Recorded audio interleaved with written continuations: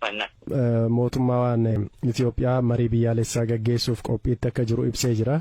Dhaabni keessanis torbanoota darbe keessa ibsa baasee ture qabxiilee muraasa ibsuutiin karaa nagaatiin akka xumuramuudhaatiif haasaan jiradhanii kanneen kaasanne jiru.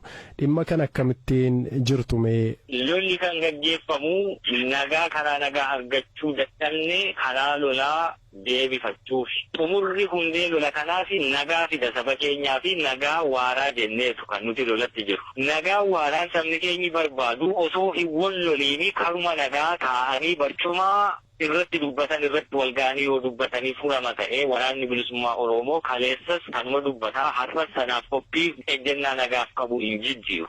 Affeerraan kan akkasiiti oofishaalii karaa nuu dhiyaate hin qabu. Nutis affeerraa akkasii keessatti oofishaalii nama kaa'annee kan hirmaataa jirru hin jiru. Yoo jiraatee fi yoo waamichi karaa nagaa nuu kataasifamu ta'ee fi international sanction bifa ta'ee fi observed bifa ta'eeni loogiin tokko osoo jiraatiin namni dhimma rakkoosaa saba bakka bu'ee fi kanaaf hin dhufe kanaaf hin lolaa jira hundumtuu bakka taajjabdoonni taa'anii waan kana xumuruun danda'amutti yoo nu dhiyaate irraa hirmaachuu qophii. Silaa nagaan kan inni barbaachisu warra qawwee waliif fudhatee wal lolaa gidduu yoo dubbatame nagaan bu'a.